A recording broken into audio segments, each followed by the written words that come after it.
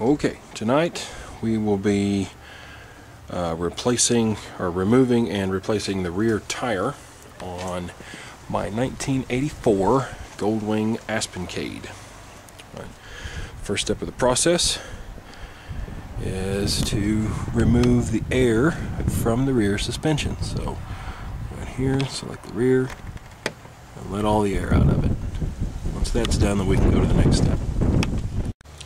Okay, once you have the air out of your rear suspension, then all that's left to do is remove this little piece in the center here, right underneath your license plate. I just have the stock, standard light bar that runs across the back of the Aspencade here. And then just behind that, there's a subframe little fender that's back there that you remove, just a few little bolts to remove, and it pops off. And then when you get your tire loose, you can just roll it right out the back of the vehicle. Some guys say you need to put it on its side to do this. You can do that. Mine, like I said, just has the little standard bar there. It's just a couple of screws and bolts for me to remove, so I'm going to do it that way. If you have a tow hitch, or you've got one of those large accessory light bars running around the bottom, it might be easier for you to set the bike down on its left side. Once you get the axle out and everything, and then slide the tire out that way. But we're going to do it this way on this one. Okay, so the first two things to do are to remove these two screws, one here and one here.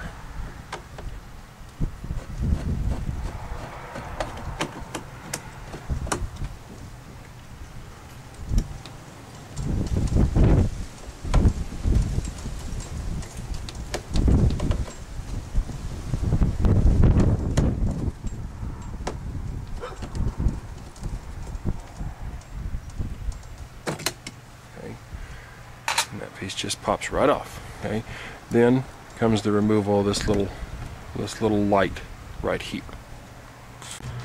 Okay, this little light bar right here is actually attached to this little piece of plastic that runs around and basically acts like the fender well for the back side of the tire. Okay, to get that off, all you got to do is remove the screws from your license plate.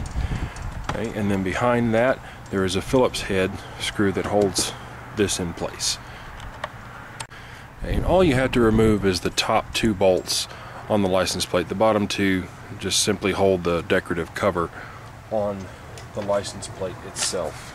Okay, so all you have to do is take those two top bolts out and you're good to go there. Now we can take out our Phillips head screw back here.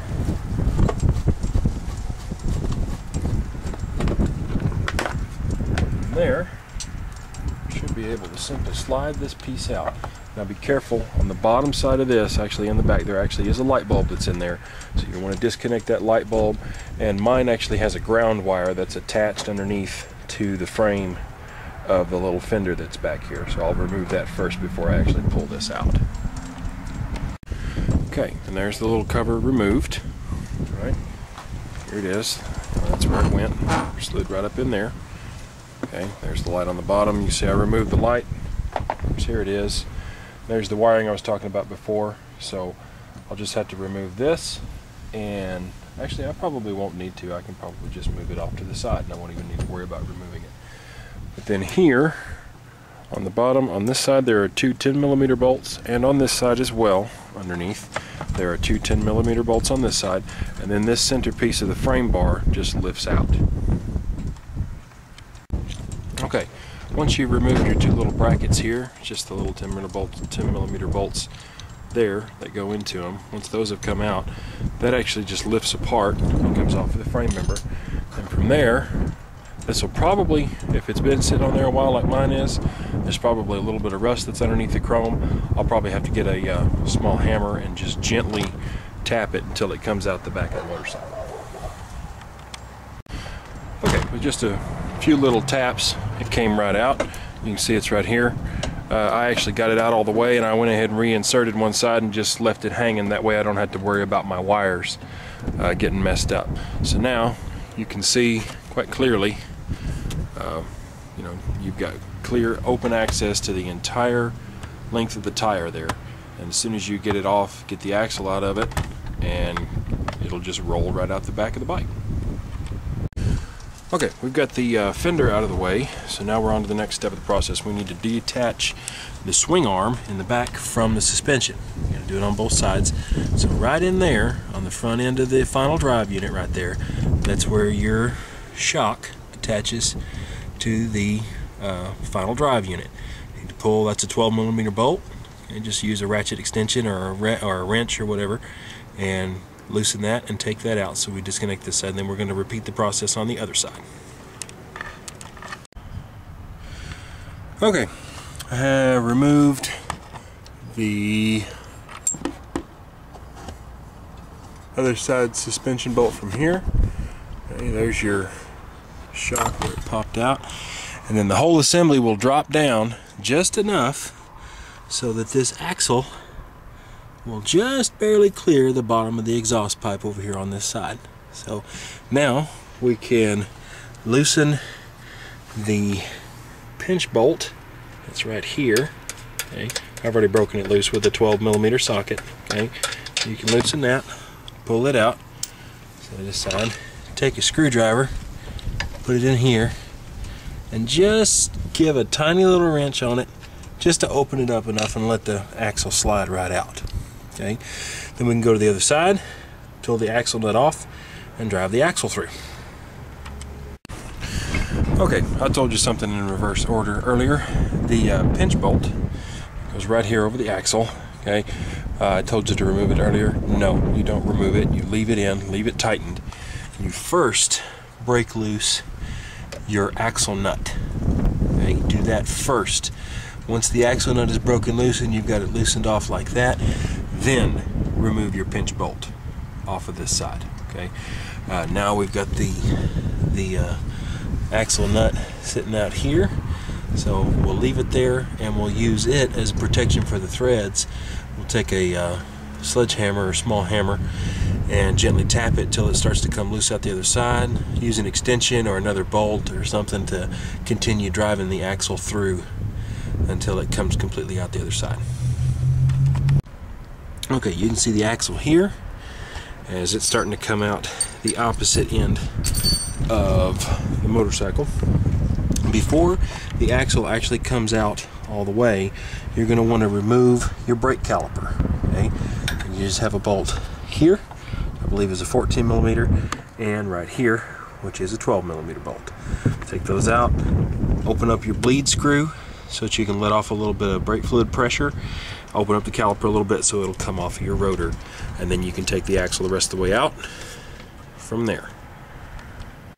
Okay, a little note about breaking these loose. When you break this one off, okay, don't remove the screw or the bolt. Leave it in there because you're going to need it for leverage to break this one loose. Okay, if you remove either one of them first, then the rotor, the whole caliper unit will actually just kind of rotate on you. Okay, and you won't be able to break the other bolt off. So just go ahead and make sure you leave both of the bolts in until you get them broken loose, until they're finger loose, and then you can remove them. Okay, once you have your brake caliper removed, you can move on to the other side of the bike to the final two steps of the process, which is to disconnect the final drive unit from the drive shaft here. You can see here there's two bolts on the bottom, or nuts, which I've already removed. I just used a regular 12mm wrench and removed those. Okay, and then there's two more on top of the drive shaft, which you can see, one there, and then there's one on the back side. You can't really see it very well, but it's there. And again, you can get at those again with just a regular 12mm wrench, and once you've got them broken loose, you can take them off by hand. Once that's done, every other component has been removed from the wheel. Now all we have to do is slide the axle out and then roll the rear wheel out the back of the motorcycle. Okay, I have removed the 4 nuts from the rear of the final drive unit. Now all that's left to do is to pull the axle the rest of the way out and then just roll the wheel out from the back of the motorcycle.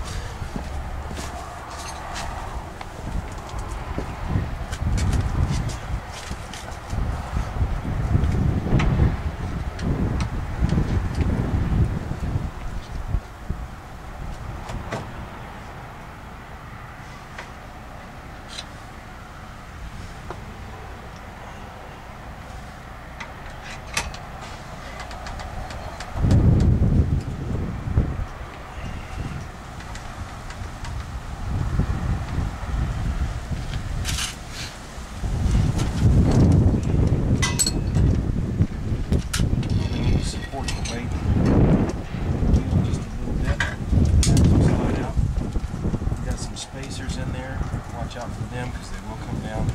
Try and lay your axle in a clean spot just to keep any dirt and grime off of it.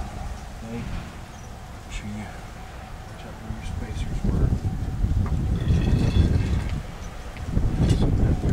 Just kind of free floating in there. And this one. Make sure you get your caliper bracket out of the way. Right. Come to the other side.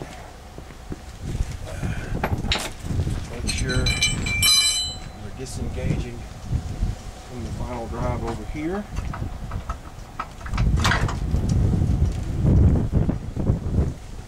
Goes down. Just do a little work back and forth.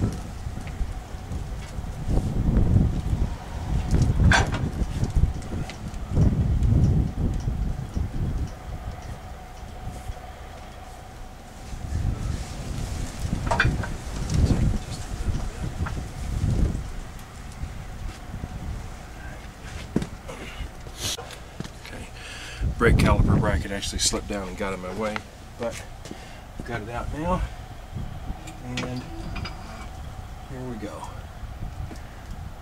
And there's your rear wheel.